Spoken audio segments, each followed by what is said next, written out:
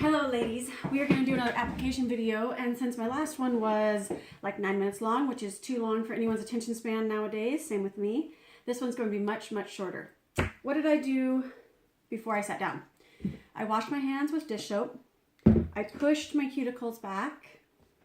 So push all the way around, including the sides.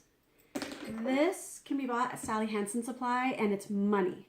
Money. If you are a jam addict, you need this guy. It's called a spoon pusher. Both sides are very helpful. All right, let's get to it. Last step that I have not done is alcohol wipe, which you can also just do with a cotton ball and rubbing alcohol. So let's do my middle finger guy. I'm gonna let him dry, and I'm going to size. I curve this as I'm sizing to find the one that works best for me. Manicure scissors. Totally discounted these guys. Did not think they were worth it until I used them for the first time and realized, oh yeah, they're super helpful for getting the right curvature on the bottom for a few of my nails. Some of mine I don't have to do anything to. They just fit perfectly right from the sheet. And some of them need just a smidge. It's a nice thing about Jamberry, you just tailor it to you. Quick buff. You can use a base coat, you cannot use a base coat. I'm going to not use a base coat today. So I cut it longer than my nail for a reason.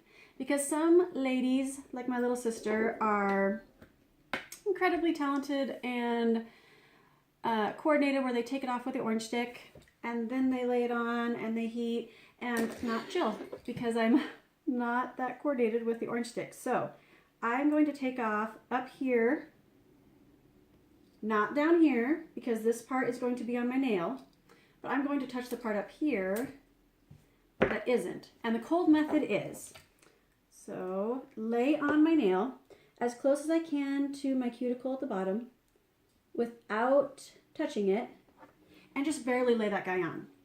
Then mini heater, warm them up.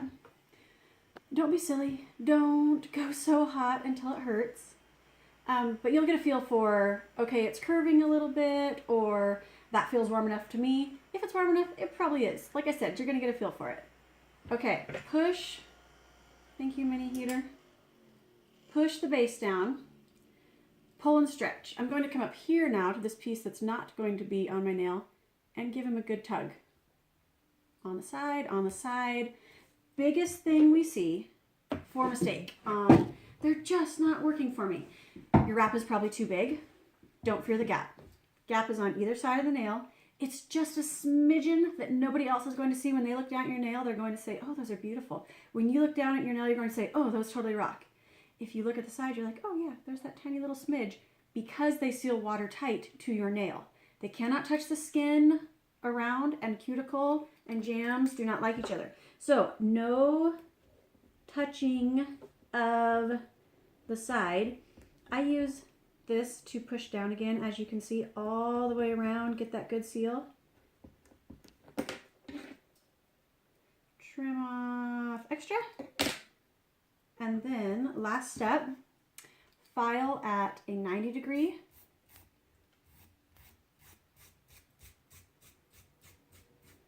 To take off. Oop, there it goes.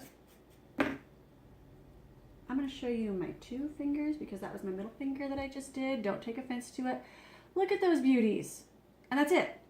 So last step that I like for the pull stretch, which is what I just did, and the baggy method is literally sandwich baggy. Suck it down over your nail like this, because that is just tighter than I can touch my own nail. That's really the reason why.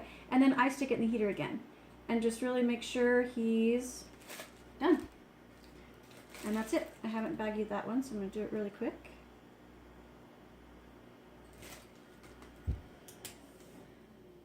All done. So this one's retired. Don't fall in love with him. Okay?